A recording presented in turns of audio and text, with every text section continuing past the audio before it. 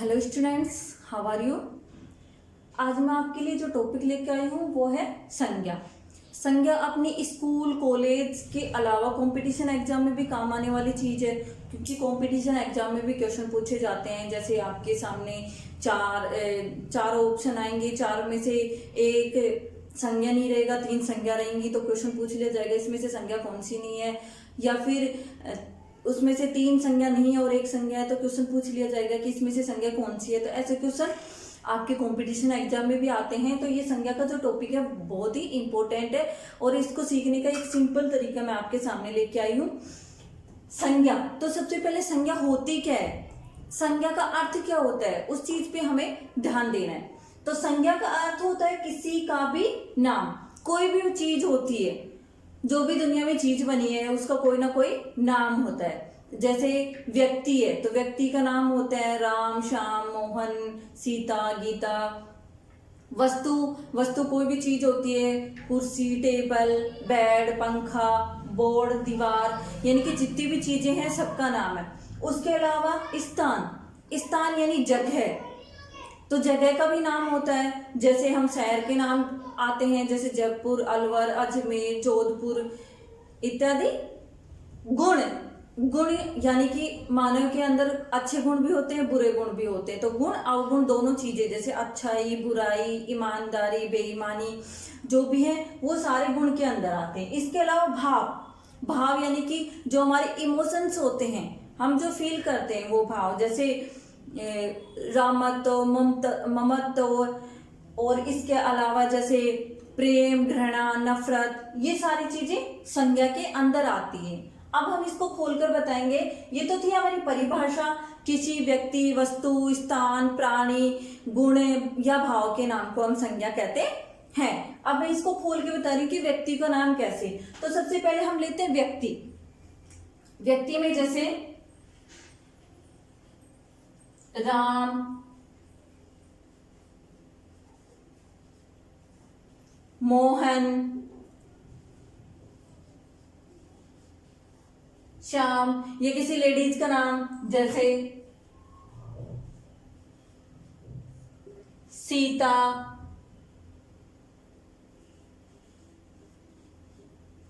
रीना,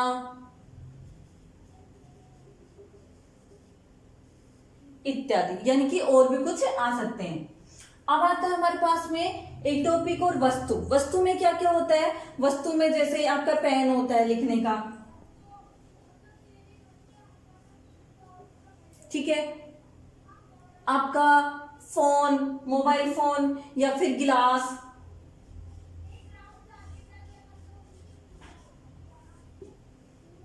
अलमारी,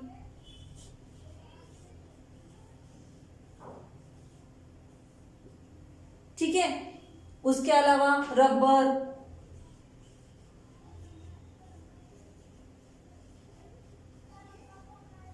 यानी कि जो भी वस्तु बनी है उसका कुछ ना कुछ नाम है, और जो आगे बनेगी उसका भी नाम रहेगा। बिना नाम की कोई चीज नहीं होती। तो वो सारी चीज क्या होती है, संज्ञा में ही आती है। अगला तीसरा टॉपिक हमारा स्थान। स्थान यानी जगह।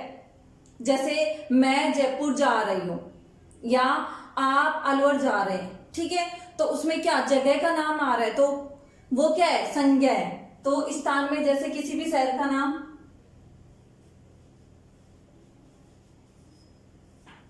अलवर, जयपुर, दिल्ली,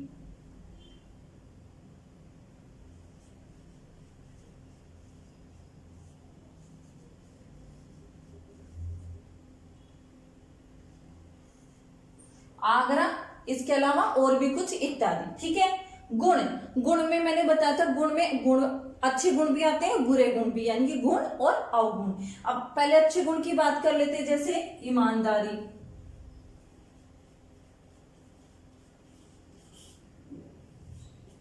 ठीक है,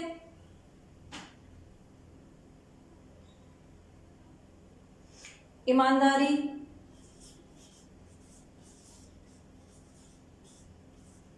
अच्छाई, इसके अलावा अवगुण में बात करें तो बेईमानी, ठीक है, मक्कारी आदि। यानी इंसान के अंदर अच्छे गुण भी होते हैं तो बुरे गुण भी होते हैं। अब भाव आते हैं। भाव में जो हमारे इमोशंस मैंने बताया था, जैसे करुणा, प्रेम,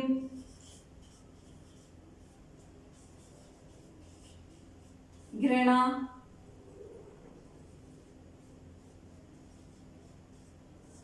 ईर्ष्या,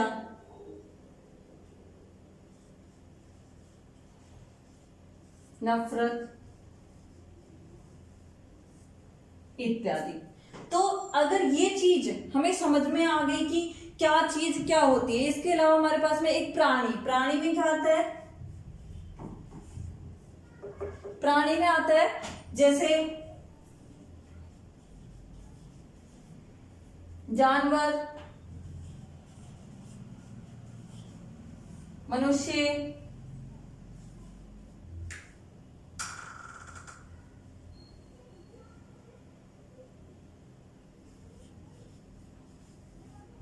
जैसे जानवर, मनुष्य आदि। यानी कि जानवर, अगर किसी जानवर का नाम नहीं है तो प्राणी में आता है। मनुष्य, अगर किसी मनुष्य का नाम नहीं है तो प्राणी में आता है। जैसे औरत का अगर किसी का नाम नहीं है तो वो भी किस में आएगा, प्राणी में, ठीक है। ये थे हमारे संज्ञा समझने के लिए इंपॉर्टेंट टॉपिक।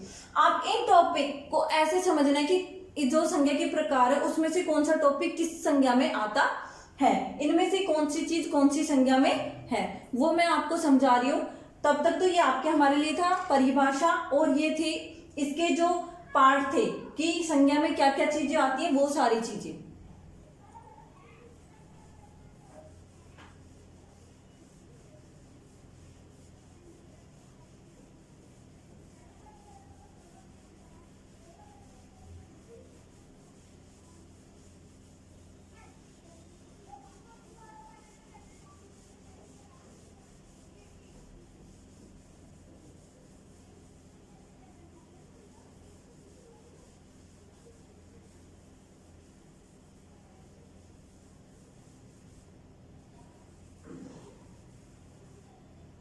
ठीक है, उसके अलावा हमारे पास में टॉपिक आता है व्यक्तिवाचक संज्ञा।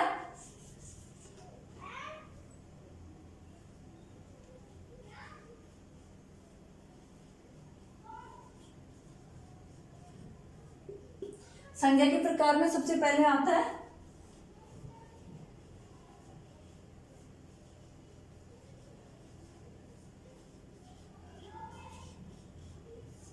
व्यक्तिवाचक संज्ञा। अब व्यक्तिवाचक संज्ञा की डेफिनेशन क्या करोगे, व्यक्तिवाचक संज्ञा में होता है किसी भी एक चीज का नाम, यानी कि इसके आगे हमें एक कर देना है, किसी भी एक चीज का नाम, चाहे वो शहर का नाम हो जैसे जयपुर, ठीक है, किसी भी एक चीज का नाम, किसी भी एक व्यक्ति का नाम, तो एक व्यक्ति का नाम जैसे हो गया राम, ठीक है। उसके अलावा वस्तु का नाम हो गया किसी का भी, जैसे पेन, ठीक है। शहर का नाम हो गया आपके पास में जयपुर, ठीक है। उसके अलावा स्थान का हो गया, व्यक्ति का हो गया, पेन का हो गया, और ईमानदार, ठीक है। बट इसमें ईमानदार नहीं आएगा, आपको पास में कोई भी वाक्य आता है कि राम ईमानदार है, इसमें कौन सी संज्ञा है, तो आप कौन सी बताओगे, व्यक्तिवाचक संज्ञा, क्योंकि उसमें राम का नाम है।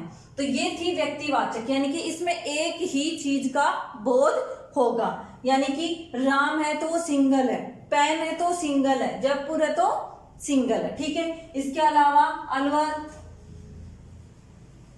वो भी सिंगल है, ठीक है। तो व्यक्तिवाचक संज्ञा में सिर्फ एक ही चीज का बोध होता है। तो इसकी डेफिनेशन कैसे बताएंगे, परिभाषा, किसी भी एक व्यक्ति, वस्तु, स्थान, गुण या भाव के नाम को हम संज्ञा कहते हैं, ठीक है। उसके बाद में आता है हमारे पास में दूसरा जातिवाचक।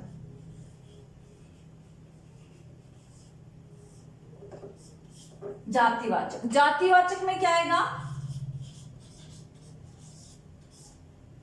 अनेक। जातिवाचक में क्या आएगा? अनेक। यानी कि इसमें एक था, इसमें अनेक, इसमें एक वचन था, इसमें बहुवचन। जैसे अनेक आदमी, अनेक शहर, ठीक है। इसके अलावा वस्तुएं। तो ये सारी चीजें किसमें आ गई? अनेक में। और सिंगल चीज थी, अब इसमें आदमी आ गया। आप बोलोगे आदमी तो व्यक्तिवाचक था, पर आदमी कौन आदमी है? नाम नहीं है ना उसका। राम है, श्याम है, मोहन है, रावण है, जो भी है, तो उसमें इसका नाम नहीं है। शहर, शहर इसमें है, बट कौन सा है? जयपुर है, अलवर है, जोधपुर है, ये कुछ भी है नहीं है इसमें, तो वो आएगा व्यक्तिवाचक में। वस्तुएं, वस्तुएं में कुछ भी आ सकता है, पेन, पेंसिल, रबर, गिलास, प्लेट, जो भी है, बट इसमें कोई नाम नहीं है, तो वस्तुएं आ गई, तो ये आएगी जातिवाचक में। उसके अलावा अगर सिंगल चीज का नाम आ रहा है तो वो आएगा व्यक्तिवाचक में। ये दोनों में यही पहचान आपको रखनी है, इसमें एक चीज का नाम आएगा, इसमें अनेक चीजों का नाम आएगा, ठीक है। तो इसकी डेफिनेशन क्या आएगी? संपूर्ण जाति का बोध कराने वाले शब्दों को हम क्या कहेंगे? जातिवाचक संज्ञा। संपूर्ण जाति का बोध कराने वाले शब्दों को हम क्या कहेंगे? जातिवाचक संज्ञा। अब इसमें जानवर, जानवर आ गया, जानवर भी व्यक्तिवाचक में आएगा, लेकिन यहां पे मैंने लिख दिया शेर, तो किस में आएगा? व्यक्तिवाचक संज्ञा में, क्योंकि शेर है, ठीक है। गाय, गाय किस में आएगी? इसमें, ठीक है, क्योंकि जानवर में आती तो उसका नाम नहीं पता था कि क्या है, लेकिन गाय लिखा तो उसमें आ गई। इसके अलावा हमारे पास में अब टॉपिक आता है हमारा भाववाचक संज्ञा।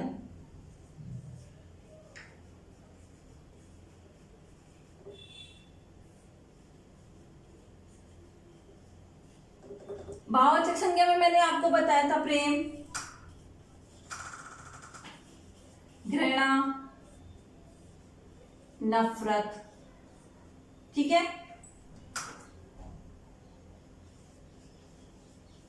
रामत्व, मानवता। अब देखो, भाववाचक संज्ञा हम व्यक्तिवाचक संज्ञा से भी बना सकते हैं। कैसे? जैसे राम, राम अगर अकेला था जब तक वो व्यक्तिवाचक में था, लेकिन रामत्व तो हमने कर दिया तो ये एक भाव बन गया, एक इमोशंस बन गया, तो हमने भाववाचक संज्ञा में इसको बना दिया। मानव, मानव जब तक मानव था वो किस में था? जातिवाचक संज्ञा में, ठीक है। यानी कि मानव जातिवाचक संज्ञा में था, मानव का नाम नहीं था, तो हम इसको व्यक्तिवाचक में नहीं देंगे, किस में देंगे? जातिवाचक में। लेकिन हमने इसको मानवता बना दिया तो किस में आ गए? भाववाचक संज्ञा में। तो व्यक्तिवाचक और जातिवाचक से भी हम भाववाचक संज्ञा बना सकते हैं। तो इसकी डेफिनेशन इसी से ही बनेगी, ऐसे शब्द जो किसी भाव का बोध कराते हैं, भाव में गुण, दोष, दशा, इन सारी चीजों का जो बोध कराते हैं वो भाववाचक संज्ञा में आते हैं। ये तो थी हमारी छोटी क्लासों के लिए संज्ञा। अब आती है थोड़ी बड़ी क्लासों के लिए संज्ञा, या कंपटीशन एग्जाम के लिए। तो जो जातिवाचक संज्ञा उसके दो भेद और होते हैं। कौन कौन से? एक होता है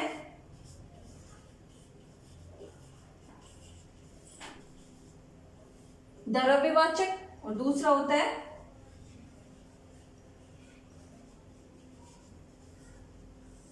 समूहवाचक, ठीक है। अब द्रव्यवाचक क्या होता है? ये जातिवाचक संज्ञा के भाग है। द्रव्यवाचक संज्ञा क्या होती है? द्रव्यवाचक संज्ञा वह होती है जिसमें नाप तोल का बोध होता है। अब नाप तोल क्या? तेल है, तेल को हम बोलेंगे कि 1 किलो तेल दो, तो कौन सी संज्ञा हो गई? द्रव्यवाचक संज्ञा। सोना कठोर है, यानी कि उन चीजों का बोध हो रहा है, महसूस हो रहा है कैसी है, तो सोना कठोर है, वो भी किस में आ गया? द्रव्यवाचक में, यानी धातु का बोध होता है।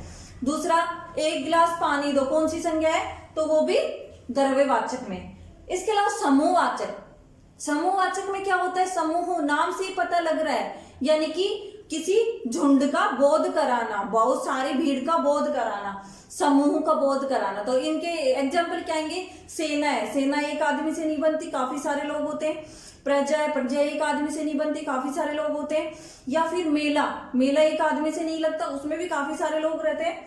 या फिर भीड़, हम बोले तो भीड़ लग रही है बाहर, तो भीड़ में भी एक दो आदमी नहीं होते बल्कि काफी सारे आदमी होते हैं। तो ये थी बड़ी क्लासों के लिए, यानी कि समूह का बोध कराने वाले शब्दों को समूहवाचक। और माप तोल या किसी चीज को महसूस कराते हैं, जैसे कठोर है, मुलायम है, तो उन चीजों का जो बोध कराते हैं वो द्रव्यवाचक में आती है। ये बड़ी क्लासों के लिए, ये जातिवाचक संज्ञा के भेद है दोनों। ठीक है, उसके अलावा हमारे तीनों छोटी क्लास के लिए तीनों भेद थे, व्यक्तिवाचक, जातिवाचक, भाववाचक। व्यक्तिवाचक संज्ञा एक का बोध कराती है और जातिवाचक अनेक का बोध कराती है, यानी कि संपूर्ण जाति का। भाववाचक हमारे इमोशंस का बोध कराते हैं। आई होप कि आपको ये वीडियो पसंद आया हो, तो इसको शेयर और लाइक करें। Thank you, have a